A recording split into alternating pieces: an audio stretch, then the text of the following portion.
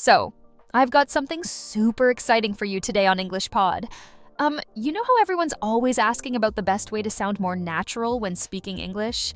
Well, today we're diving deep into daily conversation practice, and I've got my amazing co-host Michael here to help us break it all down. Thanks, Jess. Yeah, I'm really stoked about today's topic because, well, it's honestly one of the most important aspects of learning English that people tend to overlook. Oh my gosh, absolutely.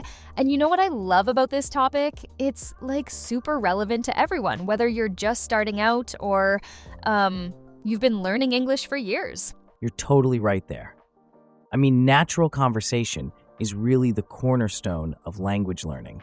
And I've got some pretty incredible insights to share today that I think our listeners are going to find super helpful. I can't wait to get into it. Seriously, my listeners have been asking about this exact thing in our community forums, and I'm so excited to finally address it properly. Dear learner, struggling to understand this podcast? Don't worry, stick around for just 10 minutes, and you'll understand everything like a pro. Well then, let's dive right in and explore how everyone can level up their English conversation game through daily practice. So, one thing I've been really curious about, Michael, is why is daily conversation practice so important? What makes it different from just studying grammar and vocabulary? Well, you know what's fascinating about this? Daily conversation practice actually rewires your brain to think in English. It's not just about knowing the rules, it's about making English feel natural, like it's part of who you are. Oh wow, that's actually really interesting. So what happens when people don't practice regularly? So, here's the thing. I've seen this happen countless times. People study English for years, right? They know all the grammar rules. They've got tons of vocabulary stored up. But when it comes to actually speaking, they freeze up.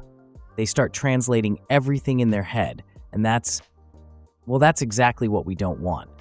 I can totally see that happening. What are some of the biggest challenges you've noticed people face? The biggest one, hands down, is confidence. People get so caught up in trying to be perfect that they end up not speaking at all. And then there's the speed factor. Natural English conversation moves pretty fast. And if you're not practicing regularly, it's really hard to keep up. Oh gosh, yes. And I'm guessing, this is something that daily practice can help with? Absolutely. See, when you practice every single day, even just for 15 minutes, your brain starts processing English automatically. You're not stuck in that translation mode anymore. It's like, when you're driving a car? At first, you have to think about every single action, but eventually it becomes second nature. That's exactly what we're aiming for with English. That's such a great way to put it. So, what about people who say they don't have anyone to practice with? That's actually a really common concern. But here's the thing. You don't always need a conversation partner to practice. You can talk to yourself, narrate your daily activities, respond to podcasts like this one. The key is just making it a daily habit. You know what I mean? It's about creating those neural pathways in your brain that make English feel natural and automatic. And I'm guessing this helps with, reducing that mental translation thing you mentioned earlier? Exactly. When you practice regularly, you start thinking directly in English instead of translating from your native language. It's really quite amazing how the brain adapts when you give it consistent input and practice. So, speaking of natural conversation, I've been wondering, what are those key elements that really make someone sound like a native speaker? You know what I mean? That's actually really fascinating because there are several crucial components. First off, it's all about those natural connectors. Phrases like actually, by the way, the thing is. These aren't just fillers. They're what makes English flow. Oh, the way we're talking right now? Exactly. And here's something really interesting. Native speakers don't actually speak in perfect, complete sentences all the time.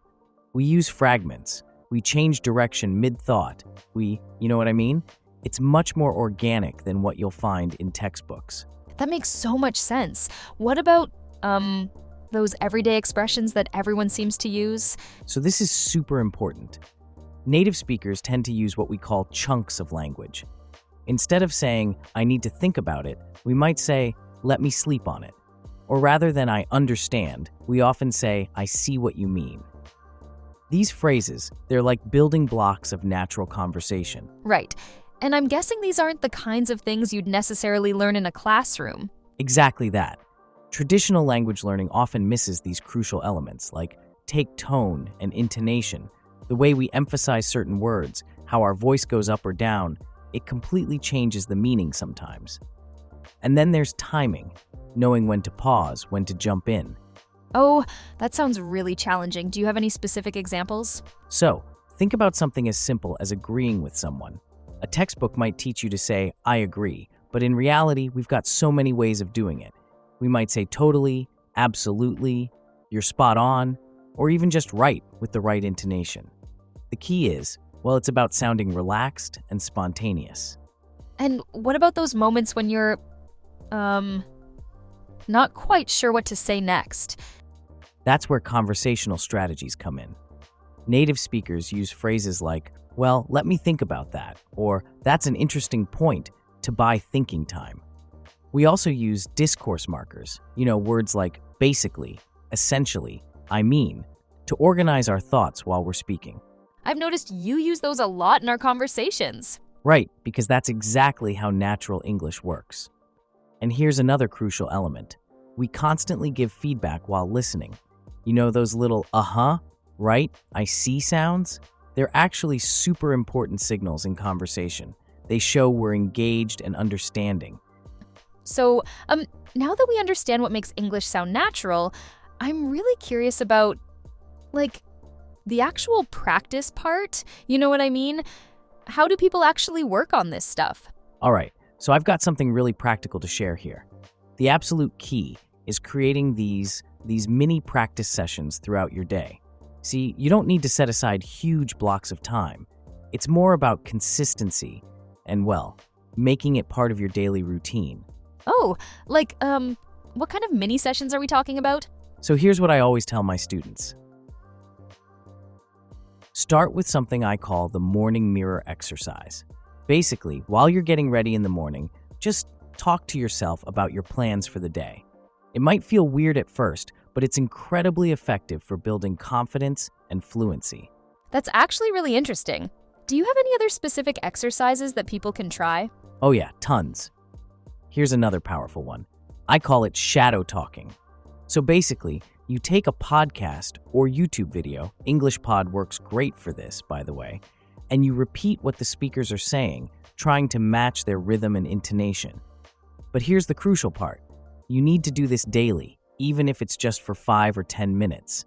And what about, practicing with actual people? Because that's where a lot of learners really struggle, right? Absolutely. So this is where we get into the real-world application, and I've got some really practical strategies for this. First off, start with what I call scripted scenarios. Pick everyday situations. Ordering coffee, asking for directions, making a dinner reservation, and actually write out potential conversations. Oh, that makes so much sense. And then what? Well, here's where it gets interesting. Once you've got these scripts, you practice them until they feel natural. Then, and this is super important, you start making small changes. Maybe you change the time of the reservation or the type of coffee. It helps you become more flexible in real conversations.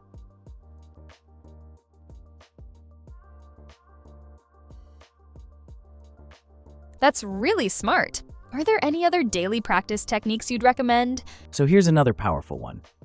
I call it the describe and react technique. Take any object around you and spend 1 minute describing it in detail. But here's the twist.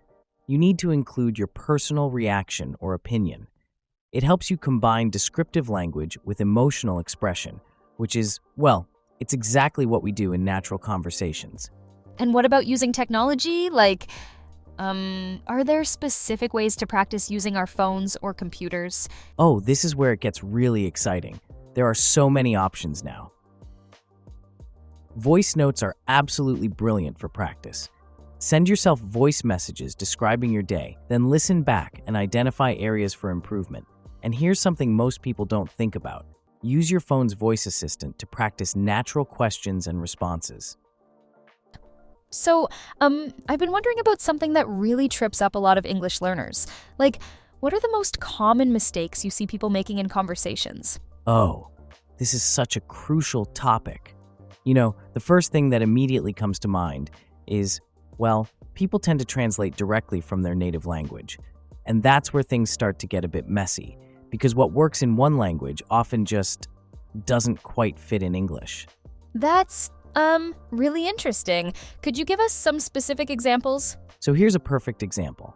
I had a student who would always say, "I am here since 3 hours," instead of "I have been here for 3 hours." See, in many languages, that first version makes total sense, but in English, we need to use present perfect for ongoing situations. Oh, and what about other common mistakes you've noticed? Another big one is word order, especially with adjectives.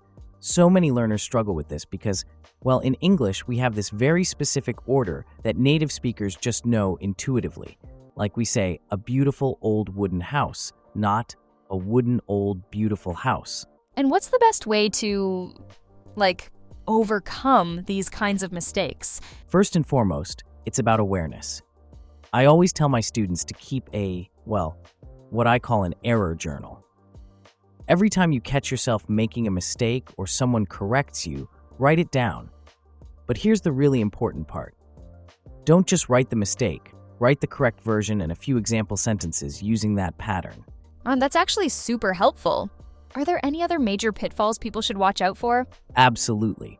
Prepositions are they're absolutely notorious. You arrive at a place, not in a place. You're in a car, but on a bus. These little words cause so much confusion because they rarely translate directly. The solution here is exposure and practice. Lots and lots of practice. So, what's your advice for dealing with, these preposition challenges? The key is to learn phrases as complete units rather than individual words. So instead of memorizing prepositions in isolation, learn whole chunks like depend on, afraid of, interested in, and then, use them in context as much as possible. Create your own examples. Tell stories using these phrases. Make them part of your active vocabulary. That makes so much sense. Any other common mistakes we should address? One more that's really crucial is the misuse of articles. An, and the. Many languages don't have articles at all, so learners either leave them out completely or, they use them in places where they're not needed. The best approach here is to focus on patterns and rules rather than trying to memorize every single usage. So, let's talk about something super practical. Like, what kind of tools and resources do you recommend for people who want to practice their conversation skills? Oh, you're gonna love this.